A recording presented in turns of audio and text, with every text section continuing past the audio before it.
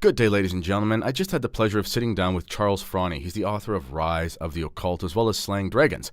And he was on my show a few months ago talking about his book, Rise of the Occult, which we do talk about today in light of the fast-approaching Halloween holiday. Now, maybe you're a fan of Halloween, maybe you're not. Maybe you think it's a pagan demonic disaster. Maybe you think it's a good old Catholic holiday that we have to recapture. Maybe you haven't really thought about it too much, and there's certain things you should probably be aware of. Whatever your opinion is on Halloween, I think you're going to find a lot of good information in this show that's going to help you understand the history of this holiday better and how, as Catholics, we can embrace Halloween in the way that it's meant to be embraced traditionally as Catholics, even if our customs do differ. Before we get to it, I'd like to say thank you to our sponsors, Orchard and Lily Studios, who sponsored this show.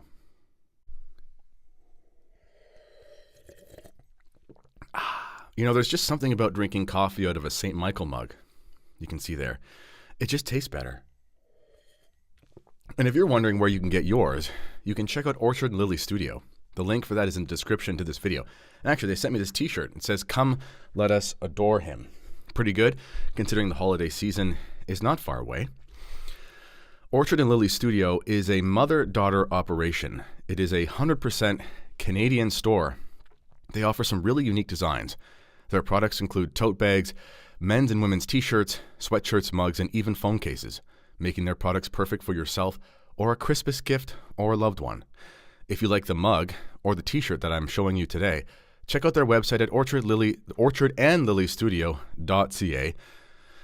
I've butchered the name by not saying it properly, so just click the link in the description. It's orchardandlilystudio.ca. Click that link in the description to get yours.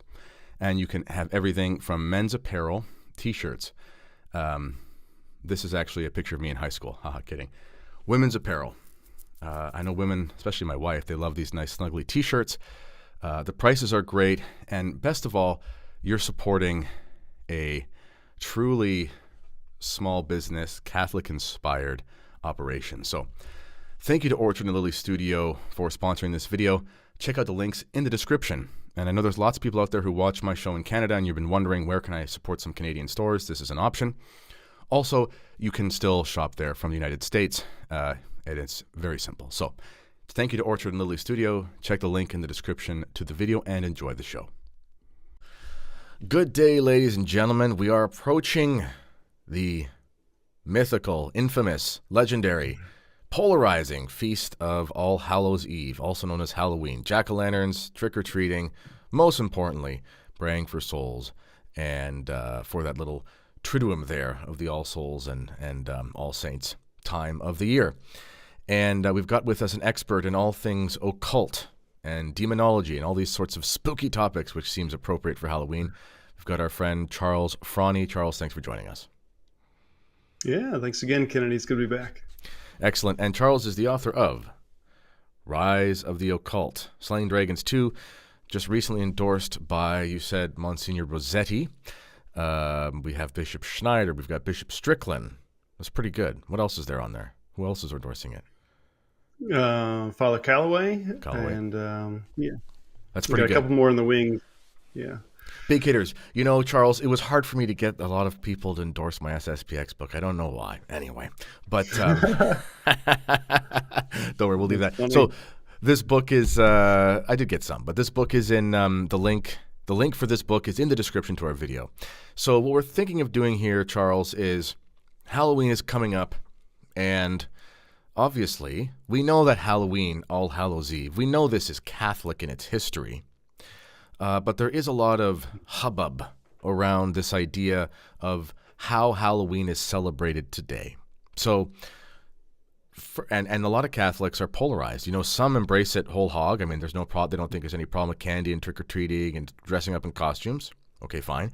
And then some are kind of like, you know, I think influenced by, I don't want to say it's only Protestants, because there have been some Catholic priests in the past who have had strong condemnations of it in their individual writings. I've seen those. It's not just Protestants, but largely this sort of like, you know, almost Puritan-inspired, you know, this sort of secularized holiday is just an abomination.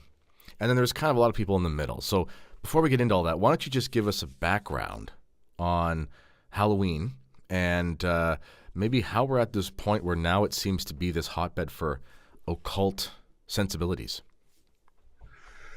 Yeah, so good opening there, because there are so many topics and they're all working together, and we need to know so much about the background, about what's happening now, the background just 100 years ago, and the background 1600 years ago, I guess 1400 years ago. So All Saints is an ancient feast. It goes back to the 7th century. See if I can remember all my dates. I won't get too specific, but around the 7th century, I think the first thing was the dedication of the Pantheon, which was dedicated to all the gods, all the demons. This is a very important origin point, and I think the Holy Spirit is behind this. And like All Saints is a very important festival, and the fight with the occult is very significant, especially for our times, but also just what it means to be Christian, because it goes back to the beginning. They dedicated the Pantheon as a church. And that was May 13th. And again, that's significant. Our Lady of Fatima, May 13th. I mean, a lot of people gloss over that, but that's right there. And then I think the next century, so 7th or 8th century, another pope dedicated a chapel to All Saints in St. Peter's. And then the next pope, not the next pope, but the next century, about the 9th century, I think it was, they made that feast. They moved the feast, the century before, they moved the feast from May 13th to November 1st. And then the next time they touched it, they extended it to the whole church as a universal feast. I think that was the 9th century. And here's where you get some of the modern paganism, modern pagan movements who are terrible with their history. So in the Rise of the Occult, and then I have a subsequent book coming out soon, I talk about the origin of Wicca and stuff, and it's modern. This is a modern thing, and they claim it to be historical, but they don't know anything about the Druids. No one really has good records about these ancient pagans, so we can't really give them any credit when they try to connect Halloween to Druidism. But so there's one claim that the church moved it to November 1st to counter Samhain, or Samhain, how you pronounce it, one of the 8 Wiccan Sabbats, festivals, feast days, whatever you want to call it. So an ancient Druid thing. But it was a very practical move. The actual history is they moved it November 1st because all these pilgrims were flocking to Rome for this great feast of All Saints, and they put it at the end of harvest time, which is what Samhain is actually, or Samhain is celebrating, the end of harvest time. So the move was not to trump paganism. So that's where it came from, where the feast came from. And then you have, the modern celebration of Halloween is, I guess, I don't know if it's dominated. Since you live in Canada, you have a unique perspective on this, but it feels like it's dominated in a negative way by what's happening in America, in the United States specifically. Because I read one article about Poland is trying to purge the negative American influence over Halloween and go back to some of the traditions where it's actually Catholic in what we do. But then you have, and we can come back to a lot of these things, because you have, in my research, what I picked up on, it seems like about 100 years ago, early 1900s, is when a lot of the creepy stuff started to really take over, like Witches' Night, Devil's Night, pranks, and evil costumes. A lot of the creepy factor, and it may have already been there, because we're a fallen nature. We can't pretend that there was some kind of idealism operating for a millennia, and we were never inclined towards the superstitious, because as I talk in my book, and the Rise of the Occult, like the church has struggled with superstition for 2,000 years. It's just man's problem. So in the last 100 years, you have this emergence of commercialism, Hollywood, and modern pagan movements, Wicca, Satanism. It's all modern. It's all coming about in the early 1900s, mid 1900s. So then they're trying to resurrect all these ancient pagan religions and try to pull all these pieces of like ancient Druid beliefs and connect them to Samhain with like the wandering souls, appeasing these spirits, summoning spirits. So you get this curiosity that Hollywood capitalizes on with these horror movies. So this whole movement is kind of developing.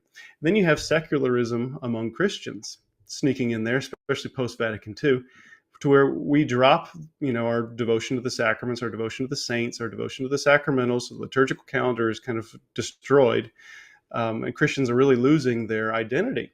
And then all the while, the world's becoming more secular and more occult. And then Halloween seems to be the target of all of this, the central point where it's all colliding every year. And every year we're trying to figure out, if we send our kids out trick-or-treating, are they actually dancing with the devil in the streets? And they don't even realize it. And there's a little bit of truth. There's a lot of corruption. There's a lot of evil influence.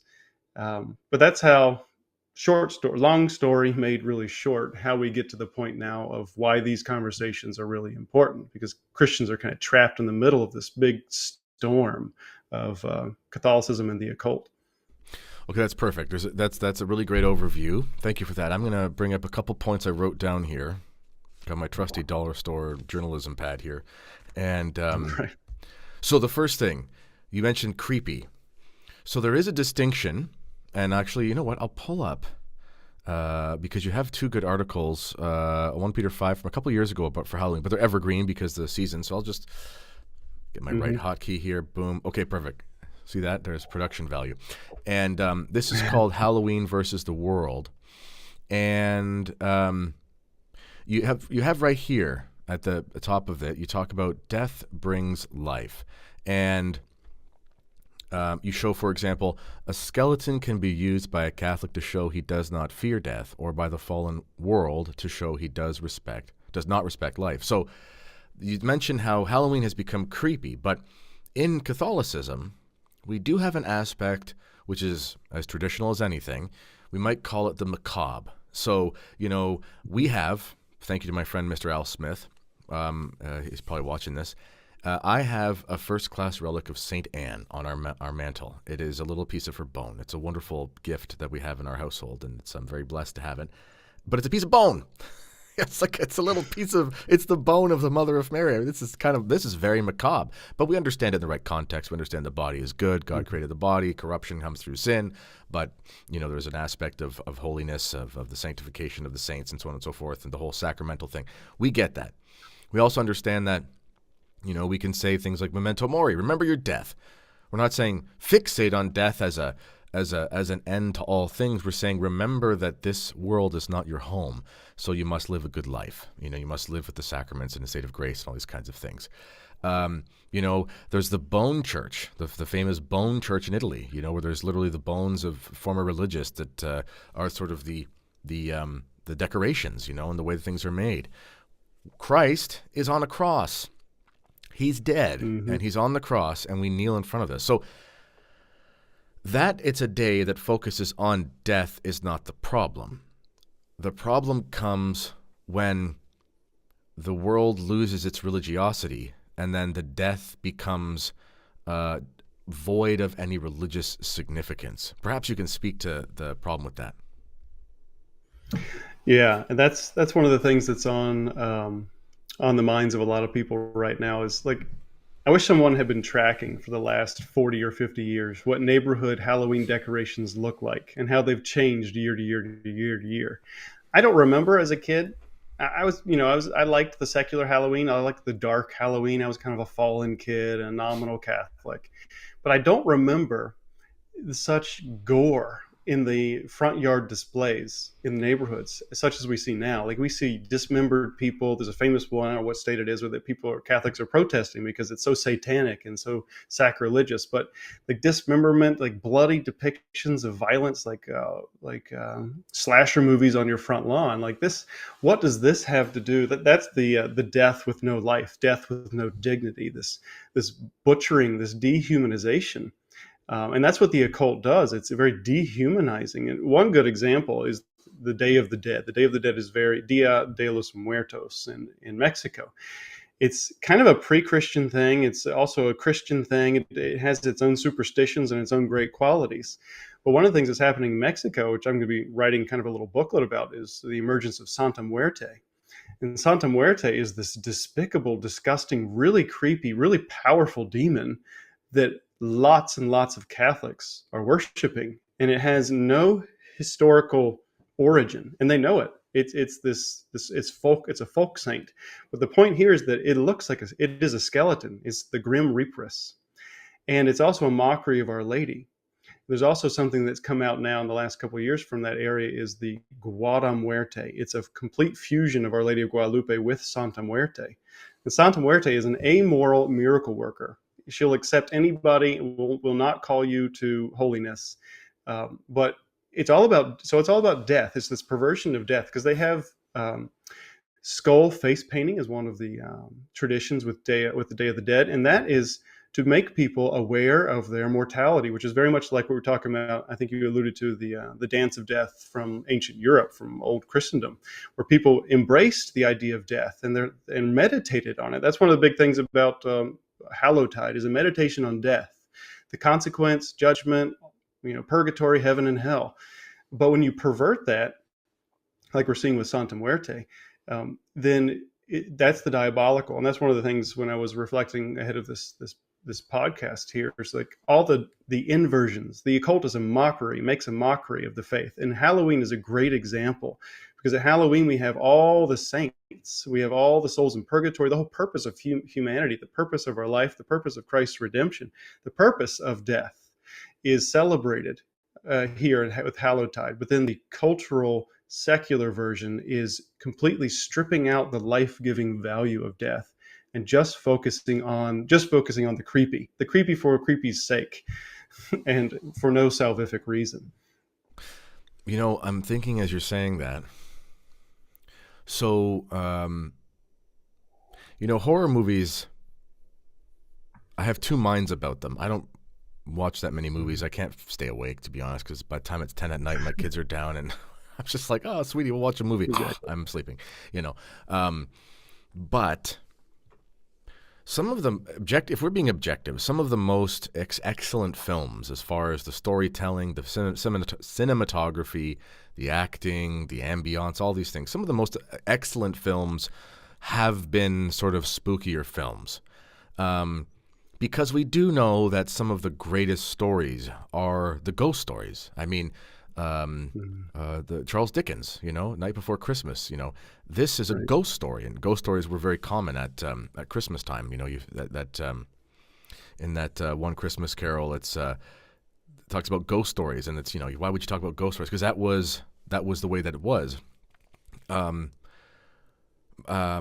But in those films, when the horror movie films were actually good pieces of art, if we can say it like that, when they actually had a very strong Catholic theme. The most famous is obviously The Exorcist. Mm-hmm. But if you look in good, real high-quality films that deal with the macabre, there's always a priest. There's always a clear delineation between good and evil. Okay? And there's something just in that. Whereas, I haven't seen one of these movies in a long time, but as our culture has become less and less religious, horror movies are still around, but they're just basically occasions of despair. Mm-hmm. It's impossible for there to be a moral victory in those films, because the demonic is almost just senseless. It's just it's not there in relation to the good. It's there just to bring suffering, and there's no way out, and they're basically nihilistic films. And this is what we see in our culture today, where, I think it was it Chesterton was one of them, and he says, the state of fallen man is not atheism, like many would have you believe. The state of fallen man is paganism. The ancients, before they were Christians, none of them were atheists. No one, atheism is. I love how atheists love evolution, and I always say to you, well, evolution's dumb, but if it was true, why the heck did everybody evolve to be religious? Like you, the atheist, must be the blip on the evolutionary radar. You're the mistake. Like no one is an atheist historically. But our culture is diving back into paganism, full throttle. So naturally, we see in people this desire to meditate on death, but they don't have any way to conceive of it.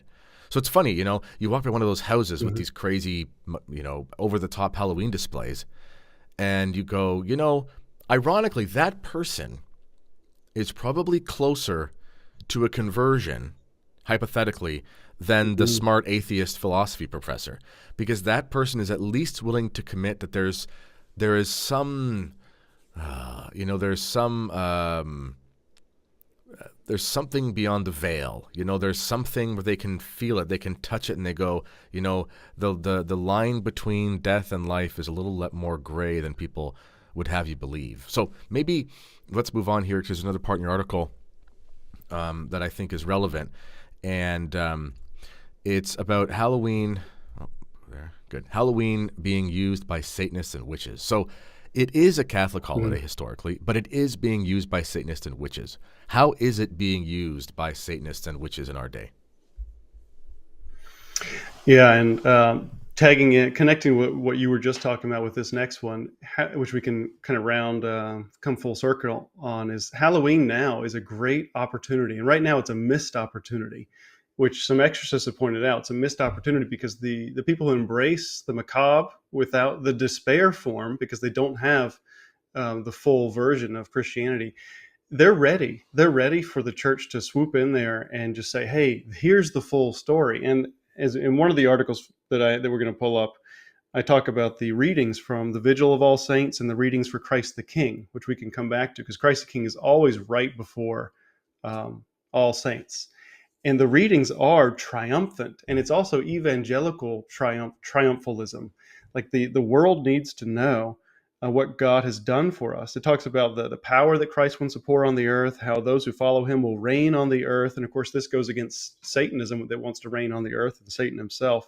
So there's this great opportunity in the church's liturgical prayers and readings that Halloween is a time to evangelize the world. So once we really kind of appreciate this, I think we'll find the inspiration as to how to counter the occult. So coming back to the new one, which you just mentioned, because the occult is very much triggered, might be a great word, around Halloween. Like leading up to Halloween, there's all this occultic activity happening. One interesting point for you and your audience, and you may have already heard this before, but have you ever heard of something called Ouija-zilla? No, I haven't. It's the world's largest Ouija board, and it's in Salem, Massachusetts. It was built in 2019, and it took away the world record from a hotel in Pennsylvania, Windber, Pennsylvania. On top of it, there's a hotel. A hotel on the roof is the world's second largest Ouija board, and then it was trumped, as you see there, by Ouija-zilla. So apparently, you can park like 3 or 4 18-wheelers on top of it. But the reason I brought it up is because they dedicated this thing, and that hotel dedicated theirs right before Halloween. So a couple weeks before, and then a couple days before, depending on which one you're looking at. But yeah, you see the little thing that you move around there. I've done some more research on Ouija-zilla, and I haven't figured out how popular it actually is. But so there's some occult. Ouija board has nothing in itself to do with Halloween, but you could see people gravitate to it for Halloween because of this occultic mindset. But if you look at modern Satanists, so some occult groups will call it Samhain or Samhain. Others will just call it Halloween. So they'll steal the name that has, All Saints Eve, All Hallows Eve in it, which is our terms. They steal our term and really pervert it. But for the Satanists, it's a day of indulgence, they say. A time, let's see, where did I clipped it over here. It's a holiday to celebrate indulgence and embrace the darkness and its aesthetic. So they love the macabre for the despair, for the indulgence, we live for this world only. We are beasts. Let's celebrate, our depravity, really, and indulge in everything. Then you have the Wiccans, who believe in this supposed ancient Druid concept, which may or may not be completely made up by Gerald Gardner in the 60s, inspired by Aleister Crowley, that spirits roam the earth, the veil is thin or the veil is pulled back between this world and the other realm, and all these spirits show up and your ancestors, and you can talk to them, you can leave out food, they come and eat it, they can come visit you. But also, as Wiccans will say, some of the people I interviewed for my book, for The Rise of the Occult, they say that not all these ghosts that show up are friendly. And they will use, for example, mirrors. There's one story, I think it was Adelaide, from my book, where she and some of her Wiccan friends covered all the mirrors in their house on Halloween because they believed spirits would enter their home through the mirrors, and they wanted to interact with these ghosts on their own terms, which is funny. They try to make rules. A lot of witches do this. They make their own rules. But nonetheless, these spirits did come around, she said, one Halloween, and were very evil. She sensed the evil of them. And this is one of the things that helped prompt her conversion later. She said it wasn't Aunt Sue coming around to visit. It was some darker force that was emerging. And it's not something that we need to worry about. But this is a superstition. And when you embrace superstition, then the devil can mess with you.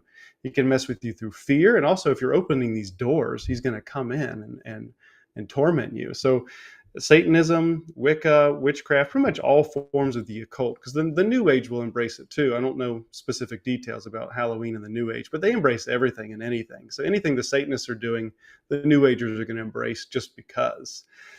But you have, and one thing on back to Santa Muerte, the one of the best researchers right now is Andrew Chestnut, and he's warning that, or not warning, he's not Catholic as far as I know. He's advising that Santa Muerte may get a formal feast day, because this cult he says is the fastest growing new religious movement in the Americas, has 12 million followers, and it's kind of global now, but they're in the United States, all over the place, in Mexico. It's the spreading cult, so people need to be aware of Santa Muerte. He said the feast day may end up being November 1st or 2nd for this demon, because of its connection with the Day of the Dead. So that's something that needs be on the radar too, is the occult is gravitating to Halloween. So we really need to be aware of that and be ready to counter it and meet them, to convert them as members of the church. Okay, would that be a feast day, like he means like national holidays? Well, it's pretty widespread in Mexico, so I wonder if it would qualify. Well, it probably wouldn't, because the church absolutely condemns Santa Muerte in Mexico, like weekly. Even the government doesn't like it. They've destroyed shrines repeatedly. So I don't think it'll ever be a national feast day for this demon, but a cultural feast day, definitely. So, okay, this is fascinating. So I think I'm thinking about the sort of demonic symmetry here. So we have when we say heavenly symmetry, we see in God's creation and the seasons, in the spiritual world, these things converge. This is heavenly symmetry. So, for example, Ember Days, okay? So we have our Ember Days at various times in the year, basically with the changes of seasons, and that makes perfect sense, okay? We're going from one season to the other in the world, and we're going from one season and the other in the spiritual life. And we have times of fasting and penance and feasting that all bring these things. It gives us this connection between the spiritual and the corporeal, and showing us that there is a symmetry between heaven and earth, and that's wonderful. On the other side, though, we see this sort of demonic symmetry. So I'm seeing this right now with what you're saying about Santa Muerte and these, occult things trying to attach themselves to Halloween, All Souls Day, All Saints Day. And that makes perfect sense because, well, it makes perfect sense because when we celebrate All Souls, when we celebrate All Saints, for All Saints, I mean, it's all the saints, all souls as the souls in purgatory. We are keeping the traditional understanding of death at the forefront of our mind, and we honor those who have gone before us who are in heaven, and we pray for those who need our prayers who are in purgatory. And then, of course, we have the indulgences and things like that. We visit cemeteries and so on and so forth. So it seems to me like basically the occultists are just sort of picking up the slack. Catholics have abandoned these. They've abandoned these things, but there's something like an ancestral memory that is so strong within our cultures that we know around this time of year, especially in the Northern Hemisphere when the actual seasons change and things actually start to die. We know in our ancestral memories, if you want to call them that around this time of year we think of death. So it's a perfect marketing opportunity for the Satanists, if you want to put it that way. So maybe we should touch on here, because you mentioned and I mentioned as well that, really these people that are, playing between the two realms, they do have a religious sense and they're not atheists. Maybe you can tell us about, in your book, again, Rise of the Occult, it is in the description box for this video, how some of these people that you interviewed went from being in these sort of almost Santa Muerte, or maybe even really in Santa Muerte type situations, and for lack of a better term, they were spooked out of those scenarios and into the truth. Yeah. So that is one of the reasons why some of these people converted, was that the devil played his hand a little bit too heavy, or showed his hand a little too clearly, and they realized what they'd gotten into. But touching on one thing you just said, is a lot of people went into it because of this unmet need for mysticism. So this religious memory has been depleted, and we've forgotten what we're all about. And so we're not raising our kids, and we're not raising ourselves if we don't try to find this information. We're not raising ourselves as good Christians, so we're depleted. We're yearning for something, and the world is supplying the answer. So people go after the occult because it's showing, like, look, we have sensational things, like with Santa Muerte, for example. It's this deity, this demon is known as a miracle worker, and people want to see the spiritual realm manifest in front of them. And that's one of the reasons, like, that people go into the occult. Like Andrew that I interviewed, he said he went into the occult because he wanted proof that God and the devil and demons and angels, the whole spiritual world, was real. He wanted proof, and he got it. He said, but that's like looking for proof for death by playing with a loaded gun, like Russian roulette. Like, this is going to backfire and it's going to hurt you. But one, I think it was, what was her name? The pseudonym I gave her, I think it was Therese. She was doing something, I think, like Paulo, I can't remember how they are. They're all these different occult things, but Paulo or one of the South American occultic things, similar to Santeria. But she was supposed to receive a demon, a spirit, to ride her, to possess her, to fill her, and then give her all these answers, all this power and whatnot. But she was baptized when she was young. As a Protestant, she desired it earlier. Like, she had this spiritual interest that kind of like mesmerized her parents and the pastor guy. So they baptized her early, and she credits that early interest in Christianity as saving her, protecting her from this demonic oppression that she had welcomed. Because when this thing tried to come down on her, she felt this kind of instinctive resistance, and she said no to it. She said she refused to let this demon ride her. And she said this was after she had paid thousands of dollars for the ritual and had fasted for weeks, had done all of the spiritual work. And then when the moment came, she was so afraid of it that she ran away, essentially. And then that was the beginning, one of the many steps. The second time was when she summoned a demon into her house. And when she did the ritual, the whole house began to creak as if some big weight had just sat down upon it. And then she knew instinctively, again, at that moment, she had done something very dangerous and very bad. I think that was the last straw from her. Like, the spooky factor was going sky high, and she got out of the occult. But a lot of people, when they dabble like that, that I interviewed, a lot of them, like, the demons started to show up. They started to demand things. They started to get mean, abusive. They started to attack.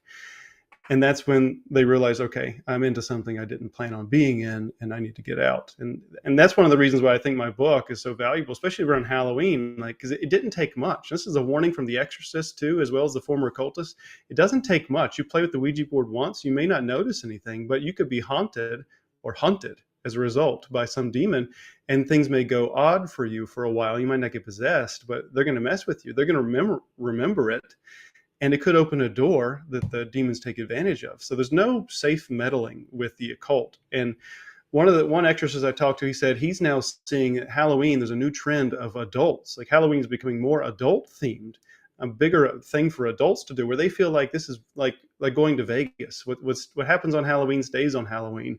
Like, there's some safety net they have. They can sin, they can go meet witches, they can do nefarious things and summon demons and get away with it, and then go back to their day. On November 2nd or November 1st, whatever it is. But then they have all these spiritual problems, and exorcists have to clean up their mess for them. So people need to be aware that there's no safe dabbling. Okay. What are some things that people should avoid that are part of because I know people get super emotional about Halloween. It's funny, both in the traditional Catholic world and in the non-traditional Catholic. In the traditional Catholic, it's more like, this is a super secularized thing, and it's nothing like the traditional Halloween, so have nothing to do with it because it's either non-religious or modernist. But in the Novus Ordo world, because there's so much Protestant influence, I've seen a lot of people reject Halloween because, literally, I remember one person, this is a big Catholic family, but they just... Growing up, Halloween, they would just go in the basement and watch a movie because parents heard some Protestant preacher talk about something, and there's blurred lines between the Protestantism and the Novus Ordo or whatever. So that's just, it happens all the time. So there's kind of like two sides where people get real upset on the Novus Ordo side because it's like, you're dabbling in the thing that this preacher said was wrong. And it's like, well, I don't care what that preacher said. On the other side, it's, this is just a modern abomination of a good Catholic thing, so I have nothing to do with it. I think the truth's somewhere in the middle. I'm not going to say whether or not you should go trick-or-treating. I'm not going to say whether or not you should only wear costumes that are religious. Obviously, we should avoid occasions of grave sin like, drunkenness and all those kinds of things. That's just good common sense for a Catholic. But what are some of the things that are common around this time of year that people might not be, hip to, but they should avoid them? Yeah, so things that people haven't thought of that are actually going to be evil, but Yeah, are like common in the culture. occasions for occult interaction. Yeah, even the issue of like visiting a haunted house. That seems to be, some people think, like someone asked me who's a practicing Catholic, is it okay to go on ghost walks? And I should have asked clarification. So, like, a ghost walk could be a historical thing. You're just going through a historical downtown. But one of the issues that I warned this person about was a ghost walk implies you're curious. So if you go, so a lot of haunted houses now are just like scare factories. Like, why would you do that to yourself? For one reason, like going in, having somebody chase you with a chainsaw and a bloody mask, for entertainment, that could just mess with you. There might not be a demon there, but you're going to have some kind of you're going to have nightmares for a while. Why would you do that? But one of the things that's implied there is a curiosity. So, and that's a superstition. We have to, there's a lot of superstitions that have crept in, like the whole, the veil is thin. A lot of Catholics are like, well, do we believe that or not? Are spirits roaming the earth or not? Well, no, the veil doesn't get thinner. If the veil gets thinner, it's only between us and heaven and purgatory because of the communication of graces and prayers. Like, that might get thinner, but not so they can walk the earth and spook us or terrorize us. So a lot of people give in to fear at Halloween because of supposed nefarious, diabolical activities that might be going on. And that's a superstition. That's a lack of rational thought and a lack of trust in God. So if you hide in the basement because some Protestant guy, spooked you, because you're actually afraid of something going on in the culture, well, you don't have faith in God. So thof these are some subtle things people need to avoid. Some of the overt ones, of course, are the Ouija boards, trying to go to actual haunted houses to see ghosts. Most of the time, a ghost in a haunted house is actually a demon. And again, back to the curiosity thing, whatever it is, even if there's nothing there, your curiosity is going to cause you to possibly, seek a spiritual encounter with a spirit. Well, one thing that a lot of people might not have on their radar, which I learned, which is going to be my next book, that's coming out, as kind of basically a sequel, not exactly, but maybe a follow-up to Rise of the Occult, is these ghost hunting apps. Ghost hunting is a very popular thing right now. And I learned from former occultists and exorcists in my interviews about these ghost hunting apps. And I did a lot of research on them, and they're very, very popular. There are like hundreds of different kinds that you can download on your phone. The idea is it's working with some kind of electromagnetic field to detect presences in your home, but people are using them to summon demons. It's basically a Ouija board, and people are getting real results. In the reviews, you could read that these things are actually working. And the former occultist that I talked to that actually used it, he said, yeah, he got responses, and it was really creepy. So, and that's the curiosity. Why would you do that? Well, two reasons you do that is because you're curious, which is a problem, and you have quick access via the phones. This is one of the dangers of modern technology. Like, you can look up anything, any spell, any witchcraft belief. You can join a coven. You can talk to spirits just through your phone, through your computer. And so that's something that people don't realize often, especially with their kids. Most kids have these phones, and my kids don't have phones. They're not old enough for one reason, but they're not going to, as far as I can help it. But parents should check their kids' phones. Ask them if they have a ghost hunting app. I'd be curious what the statistics are on that. Ghost hunting through phones. Wow. I was thinking it would be more like, what's that, like geocaching, where people, say locations. Maybe there's something like that too, where, I was here and I'm going to ping my location and there's demons or ghosts here or something. Mm.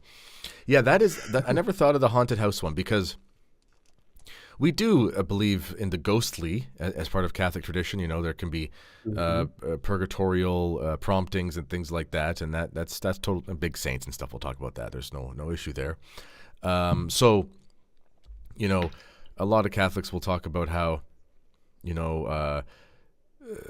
you can tell there is something sketchy or strange going on in a certain location, and you're pretty sure it's preternatural. But it's another thing to go and seek those things out. And I never thought of that. I mean, I don't go through haunted houses and stuff for Halloween, but yeah, that would be a very dangerous thing. Even if you think, oh, I'm going to go pray for souls or something like that, it's still the curiosity part of it. It's still, the curiosity, even, the road to hell is paved with good intentions. Even if your intentions are good, curiosity kills the cat. That's important. Okay, so we've got about 5 minutes left here, 5-6 minutes. So we know that Halloween has been co-opted by the occultists and, all that sort of stuff. And again, if you don't want to get demons, check out Charles' book. Demons are bad. Don't get demons. And he gives you all the advice you need. You can check out his book in the description box for this video. But Halloween is a Catholic holiday.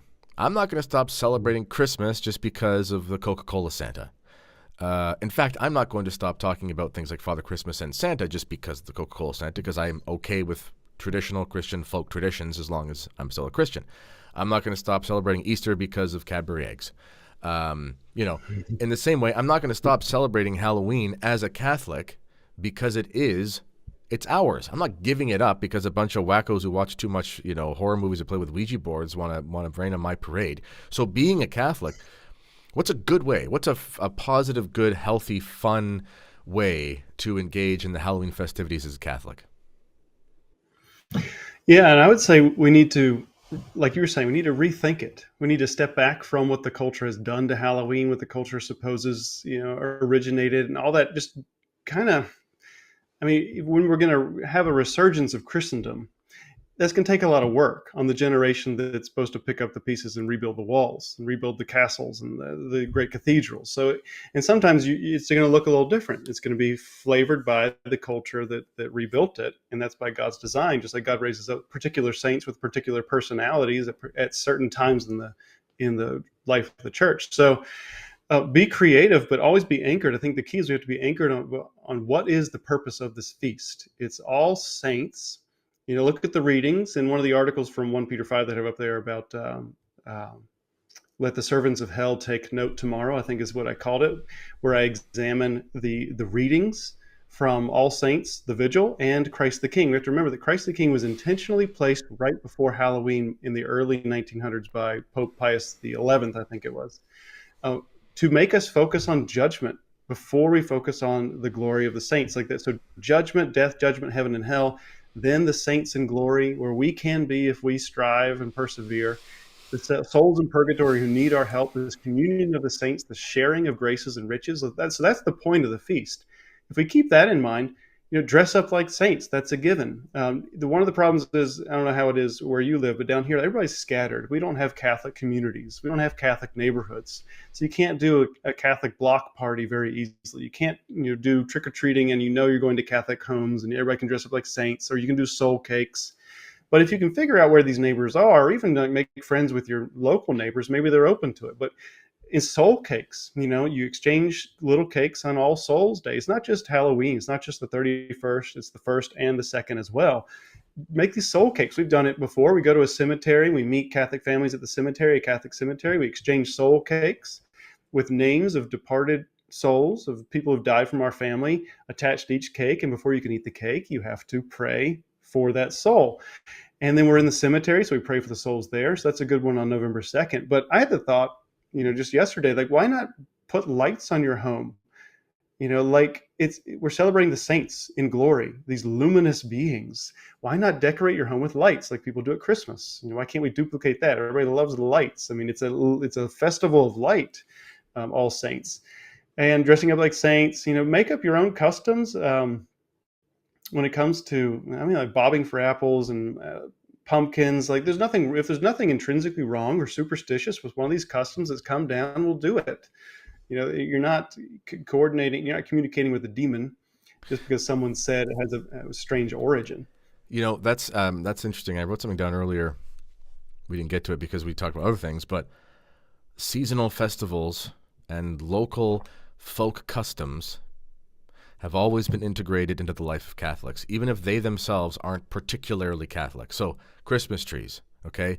There's a massive religious significance to Christmas trees, but they're whether or not it was widespread in paganism or not around that time of year is not the point. The point is that pagans would use candles in trees and all these kinds of things. Obviously, they have, I'm reading through some of the Iliad right now. There's a theological folk philosophical custom within these pagan cultures, and there's certain parts of it that are totally fine because they're human beings. And St. Paul tells us in Romans that we do know the existence of God, and it's known by reason. So we can reason to these things.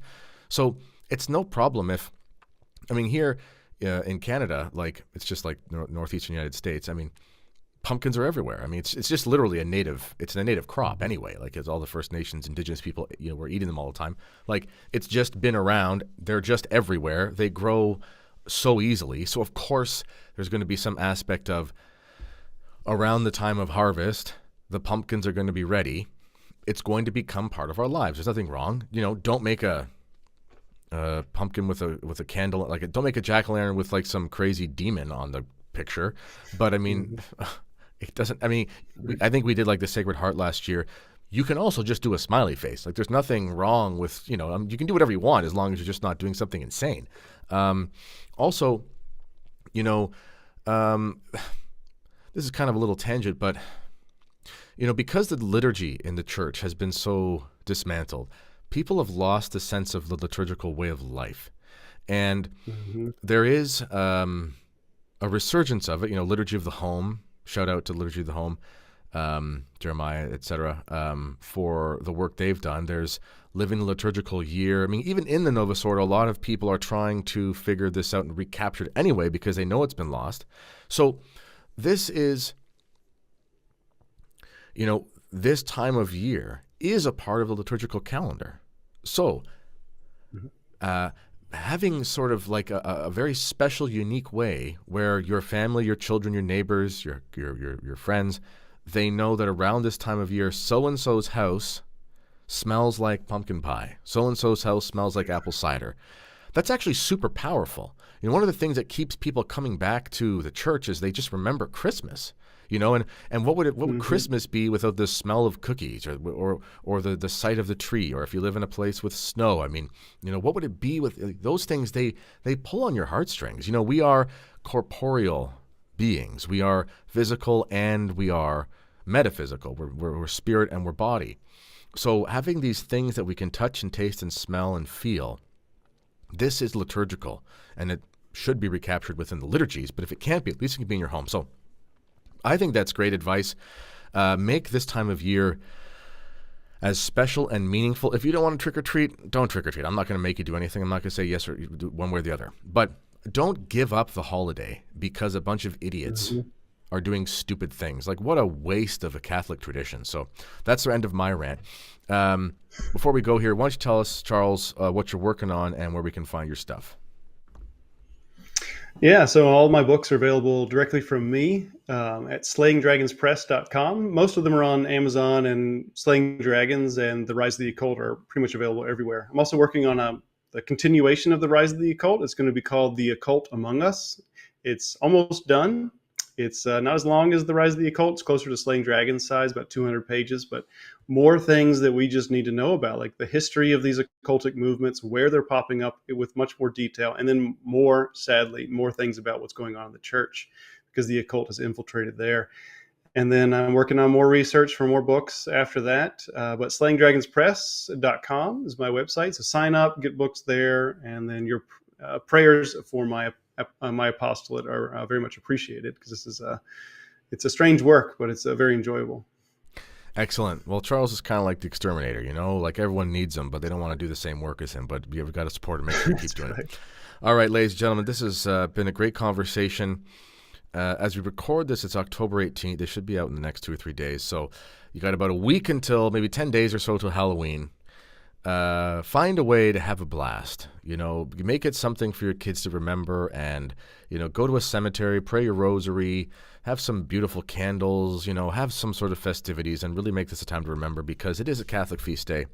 And to heck or to hell with all those evil spirits who have co-opted it for their working. So, ladies and gentlemen, always let me know what you think in the comments. This has been the Kennedy Report. Until next time, God bless. Thanks, Charles.